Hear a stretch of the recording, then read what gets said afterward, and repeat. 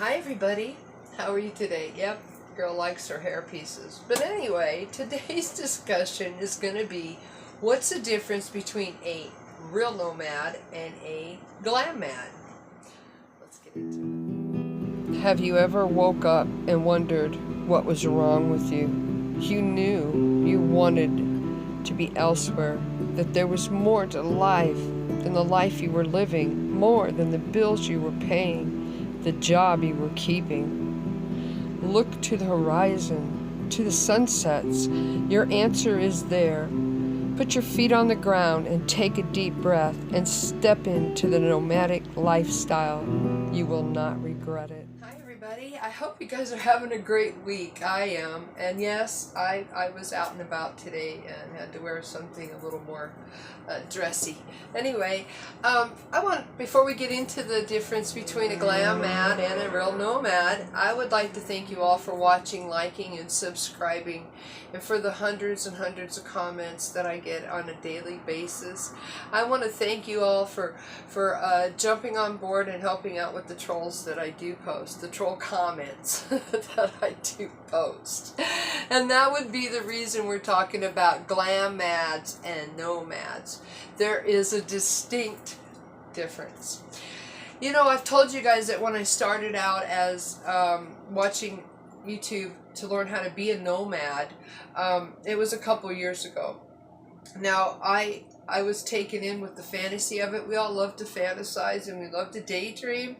But the fact is, when I hit the road, I learned without a doubt that everything that I had learned on YouTube, besides maybe installing my solar, which I didn't learn that off of a Glam'Mad. I learned that off of a man who was putting solar in his shed. But I also learned that a lot of the stuff and equipment that these Glam'Mads have, there's no way that a regular nomad on a fixed income can afford even part of it. So let's get into that today. You know, guys, the first day out, leaving town, I had to change out a battery. Right? Shocked myself like 7 times, burnt me, because you don't hook up a solar battery the same way you hook up a house battery or an engine battery, unbeknownst to me at the time. So yeah, I shocked and burnt myself like 3 times. Just saying, it wasn't funny at the time, trust me. I left town at 6 o'clock, and I did not get on the road until 11. It was also the first time I found out that you don't just camp in any Walmart parking lot. There are a lot of Walmart parking lots that say absolutely not. You can't sleep here overnight. Now, a lot of truck stops as well. And I don't know if you guys have realized this, but 90% of the Walmarts in the United States, the cities that they're in, have ordinances that say you can't spend the night in their lot. I'm just saying. So if you have an RV, a travel trailer, or even a truck and camper, they're going to boot you out. And asking the manager is a joke. Because then security comes out and they're watching you. And I know I found this out the hard way. Also, truck stops. You guys, I found one truck stop. One. That permitted me to stay the night. And she only did it because I must have looked desperate. It was raining. I was moving from one spot to another. I couldn't get there. I just gassed up. And she said, go ahead and stay up in that corner. But I want to let you know that a lot of the truck stops reserve overnight parking for truck drivers. And for good reason. For good reason. These men and women are on the road 24/7. And they have to have time to sleep. You know, sleeping in a truck stop. Another Glam'Mad trick. You guys, no, they're not safe. They're not safe. So all the things that I learned from the Glam'Mads on where I could stay in a pinch was false. As a nomad, a real nomad, you're going to find out real fast and in the hard way that you don't just pull in someplace and sleep overnight. It doesn't happen, you guys. That's a lie. So what's a real nomad to do? I'll tell you what I did. I found a casino because there are a few casinos that will let you sleep in their parking lot. And I parked with the truckers and I slept. But the next day they booted me out. Time to go. And I went. But I traveled all day long until I got to my boondocking spot. Now, when you get to a boondocking spot, it is nothing like the Glam'Mads show you, where you hop out of your rig and it's just life easy. No, not at all. You've got to set up. You've got to unpack.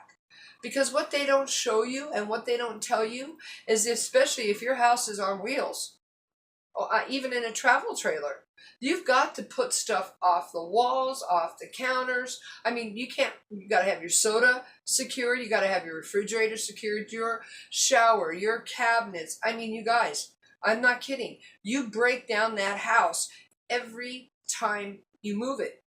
And then you set that house up again every time you park. The Glam'Mads don't show you this. They just don't show you. They don't show you that you have to pull out that generator and you've got to make sure the oil is good and the gas is up. They don't show you that you have to have gas for your generators because they want you all spending $5,000, $6,000, $7,000 on expensive solar because of their precious little ears when they're in a motel anyway. Just saying. So as a real nomad, the first lesson I want to give you is you don't just park anywhere. And 99% of the places that they tell you that they can sleep overnight is not true.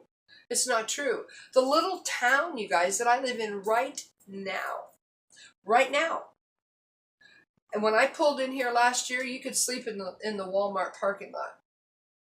They passed an ordinance that not now, not anymore, not anymore. Matter of fact, there was a van nomad living across the street in the grocery store shopping. They got him.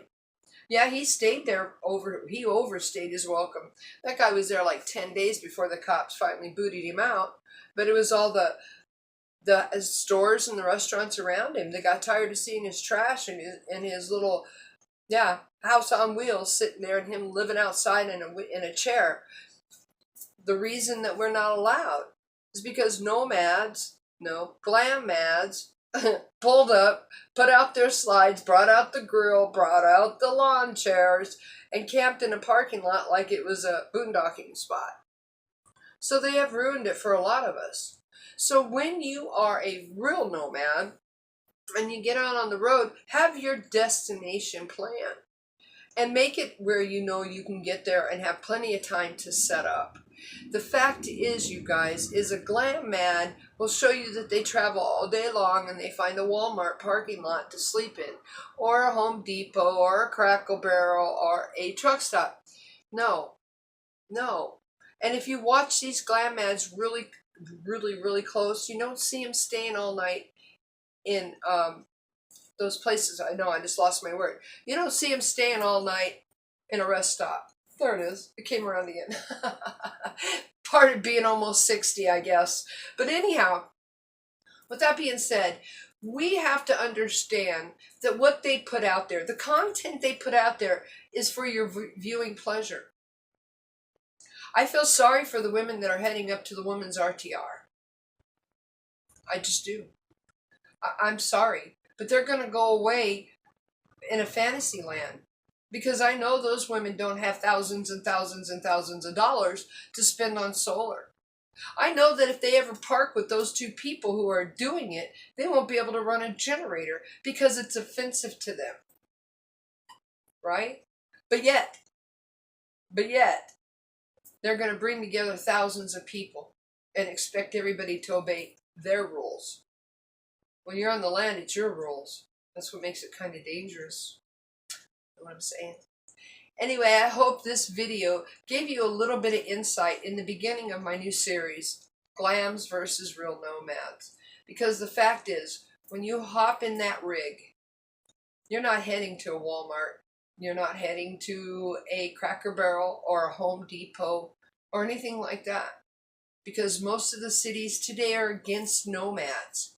And it has to do with the thousands and thousands and thousands of them that's hit the road in the last few years since Mr. Bob has decided to start promoting this lifestyle. Just saying. Am I out there to pop your bubble? No, not at all. I'm not out there to be a fear mongrel either. That'll be another video. I'm out there to give you the truth, the hardcore truth, because nobody seems to want to tell you guys the truth. And you know what? It blows my mind that more people haven't hopped on board with telling the truth, showing the truth about nomadic life. Be safe, protect yourself, and be knowledgeable. That's why I'm here. I hope to give you that knowledge, at least help you out making that decision. Anyway, I hope you all have a great day. Remember to love yourself, because if you don't love you, nobody can love you. Go do something good for yourself today. Goodwill, nails, shopping, lunch.